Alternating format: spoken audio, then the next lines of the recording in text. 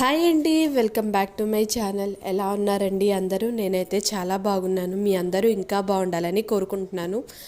ఈరోజు వీడియోలో అయితే నేను గులాబీలతో ధూప్ స్టిక్స్ ఎలా తయారు చేయాలో ఆ వీడియో అయితే షేర్ చేస్తున్నానండి. అంటే చాలామందికి తెలిసే ఉంటుంది.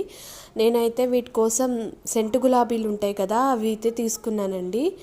ఈ సెంటు గులాబీలు ఎండబెట్టానమాట, అంటే నీడలో ఎండబెట్టాను.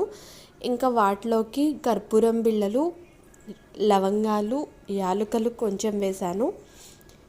తర్వాత దాంట్లోనే కొంచెం గంధం కూడా కలిపాను. తర్వాత ధూప్ స్టిక్స్ ఉంటే ఆ ధూప్ స్టిక్ ఒకటి వేసానండి. లేదు మీ దగ్గర ధూప్ స్టిక్ ఏమి లేదు అనుకుంటే సాంబ్రాణి కూడా వేసుకోవచ్చు. సాంబ్రాణి వేసి కలిపితే ఇంకా మంచి స్మెల్ అయితే వస్తుందండి. గులాబీలు అయితే సెంటు గులాబీలు అని చెప్పాను కదండి, నీడలోనే ఎండబెట్టేసాను అనమాట వీటిని నేను.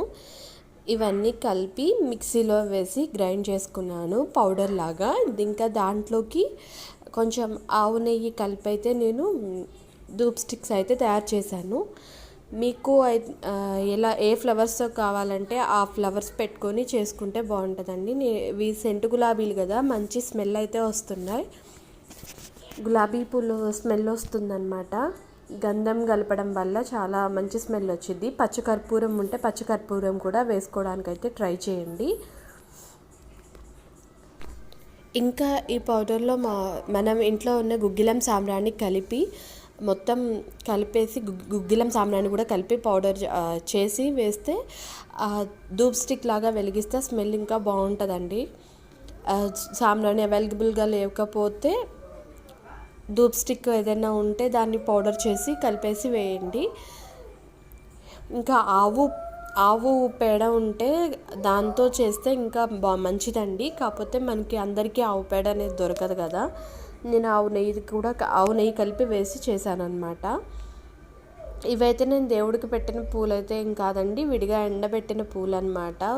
కొన్ని పూలు అయితే వాటర్లో కలిపేసి రూమ్ ఫ్రెషనర్ లాగా చేసుకున్నాను. ఇంకొన్ని పూలు అయితే ఇట్లా ఎండబెట్టేసి పౌడర్ లాగా చేసి ఇలా చేశాను అనమాట. ఇంకా ఇది మిక్సీ వేసిన తర్వాత పౌడర్ అంతా కలిపేసి ఇంకొక బాక్స్లో అయితే నేను స్టోర్ చేసుకున్నానండి. అన్ని పూలు కలిపి చేసే కన్నా ఇలా ఏ పువ్వుకి ఆ పువ్వులు సపరేట్గా చేసుకొని అలా చేస్తే బాగుంటుందండి. స్మెల్ అయితే ఈ ధూప్ స్టిక్ స్మెల్ అయితే కూడా చాలా బాగుంది.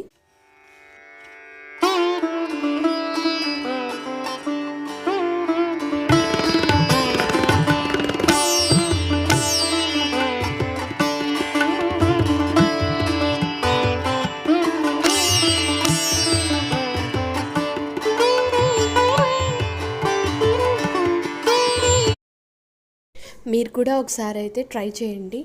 మీకు ఈ వీడియో నచ్చితే లైక్ చేయండి, షేర్ చేయండి, కమెంట్ చేయండి, సబ్స్క్రైబ్ చేయండి. మరో మంచి వీడియోతో మళ్ళీ మిమ్మల్ని కలుస్తాం. Thank you.